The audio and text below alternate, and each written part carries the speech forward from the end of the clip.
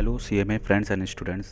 मैं भी CMA final का एक आम छात्र हूँ जिसने हज़ारों बच्चों की तरह सीएमए एग्ज़ाम समय पर न होने, बार बार पोस्टपोन होने, एग्ज़ाम ठीक तरीके से न होने के कारण मानसिक, आर्थिक एवं शारीरिक पीड़ा को झेला है। मेरा यह ऑडियो उन सीएमए इंस्टीट्यूट के मेंबर्स के लिए नहीं है जो अनेक बार यूट्यूब चैनलों पर जाकर झूठ बोलने के आदी हो चुके हैं। यह ऑडियो उन प्रेसिडेंट के लिए भी नहीं है जो लाइव वेबिनार पे आकर झूठ बोलते हों या आधी अधूरी बात करते हों। यह ऑडियो उनके लिए भी नहीं है जो एग्ज़ाम के 2-3 दिन पहले आकर भ्रामक बातें करते हों और स्टेप मार्किंग 15 मिनट जैसी बातों की डेफिनेशन को ही बदल देते हों। यह ऑडियो उनके लिए भी नहीं है जो अपने पद और समय का उपयोग जिसे वे सीएमए स्टूडेंट के भलाई के लिए कर सकते थे, वे उस समय और पद का उपयोग पार्टीज़ में, अपने कुत्तों की देखभाल में और सीएमए स्टूडेंट को एथिक्स और मोरालिटी के नाम पर धमकाने के लिए करते हों।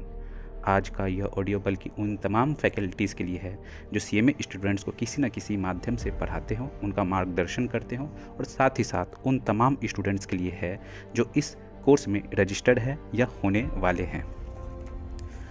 लगभग 1 साल के लंबे इंतजार के बाद आखिर सीएमए स्टूडेंट्स ने 22 दिसंबर को 11 बजे all India CMA students protest for offline exam का ऐलान किया है। 1 से 1.5 साल तक सीएमए स्टूडेंट्स ने इंतजार किया, विश्वास किया कि ये फैकल्टीज़ आएंगे और हमारा मार्गदर्शन करेंगे, हमें हमारे गुरुओं का सपोर्ट मिलेगा। लेकिन हम सीएमए स्टूडेंट्स ये भूल चुक गए थे कि इनमें से अधिकांश केवल शिक्षक हैं, गुरु तो वे कभी बने ही नहीं, क्योंकि 1 से 1.5 साल बीतने के बाद भी हमने देखा कि सपोर्ट के नाम पर सिर्फ टेलीग्राम पर, व्हाट्सएप पर ग्रुप्स बने हैं, यूट्यूब पे केवल लाइक्स बढ़े, इसके अलावा कुछ भी नहीं हुआ। कुछ फैकल्टीज़ ने ज़रूर कोशिश की, लेकिन नए सेशन के स्टार्ट होते ही वो भी शांत बैठते नज़र आ रहे हैं। साथ ही कुछ फैकल्टीज़ का शुक्रिया अदा करना चाहूँगा जो अभी भी किसी न किसी तरह प्रयास तो कर ही रहे हैं। मैं ये साफ कर देना चाहता हूँ कि मैं ट्विटर पर, टेलीग्राम पर कुछ लिखने या यूट्यूब पर किसी सिर्फ कुछ बोल देने को सपोर्ट नहीं मानता। सीएमए स्टूडेंट्स होने के नाते और दिसंबर में केवल एग्ज़ाम लेने का नाटक होने के बाद आज इतना व्यथित हूँ कि उसको बोलकर या लिखकर व्यक्त नहीं किया जा सकता।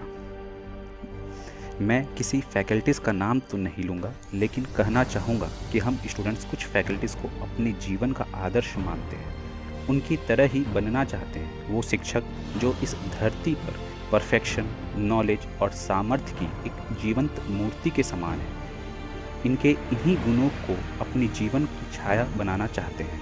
लेकिन आज उनके मौन रहने को देखते हुए ये सारी खूबियाँ मुझे व्यर्थ लगती है, बेकार नज़र आती है, क्योंकि ऐसी विद्वानता और ऐसा सामर्थ्य किस काम का जो गलत को गलत कहने से रोकता हो।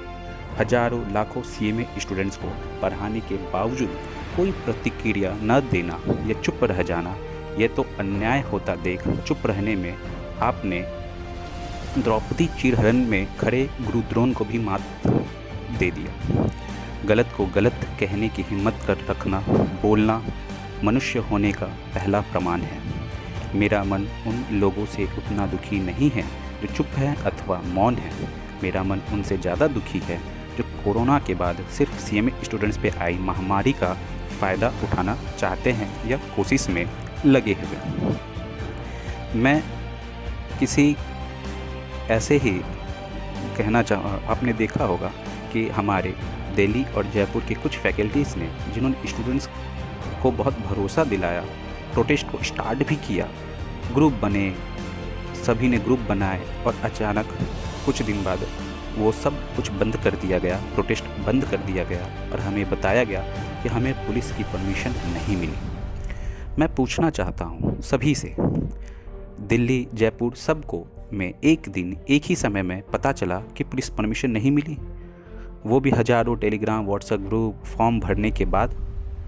और अगर उस दिन परमिशन नहीं मिली तो क्या आपने दोबारा प्रयास किया? लेकिन मुझे तो ऐसा नहीं लगता, क्योंकि उसके बाद एक वीडियो सामने आता है जिसमें ये कहा गया कि अब कुछ भी बदलने वाला नहीं है, इस अन्याय को स्वीकार करें और जैसे चल रहा है वैसे चलने दें। अचानक सब एक ही दिन में बदल गया। पूरे इंडिया में प्रोटेस्ट ख़त्म हो गए हैं, ऐसा उनके वीडियो से आया। मैं पूछना चाहता हूँ, आपको कैसे पता लगा जनाब कि पूरे इंडिया में प्रोटेस्ट ख़त्म हो गए हैं? हम स्टूडेंट्स आपकी तरह फेमस तो नहीं, तो हमारा प्रोटेस्ट क्या प्रोटेस्ट नहीं है? कुछ एक फैकल्टीज़ हैं जिनका शायद कभी किसी ट्विटर स्पेस में उन्हें बोलने का मौका न दिया गया हो, उनकी किसी ने बेइज्जती कर दी या उनको किसी ने कुछ कह दिया, इसलिए उनका कहना है कि हम उनकी तरफ से सपोर्ट नहीं रहेगा। तो जनाब, मैं उनसे पूछना चाहता हूँ कि ये प्रोटेस्ट है, आपको क्या लगा था कि आप प्रोटेस्ट में जाएंगे और आपके लिए चाय नाश्ता का इंतज़ाम रहेगा? ये तो प्रोटेस्ट ही इसलिए है, इसे प्रोटेस्ट इसलिए ही कहा जाता है क्योंकि आपकी बातों को सुनने वाला कोई नहीं है। तो हमें अपनी बातों को सिद्ध करना है, सामने वाले की बातों को समझना है, सुनना है और फिर अपनी बातों को रखना है। लेकिन आपने अपने हाथ खींच लिए। मैं अपनी बात ख़त्म करते हुए बस इतना कहना चाहता हूँ कि 22 दिसंबर को यदि कोई फैकल्टीज़ वास्तव में स्टूडेंट्स को सपोर्ट करना चाहता है तो स्टूडेंट्स के टर्म्स एंड कंडीशन पे करे, जो सिर्फ ऑफलाइन एग्ज़ाम है, दूसरा कुछ भी नहीं।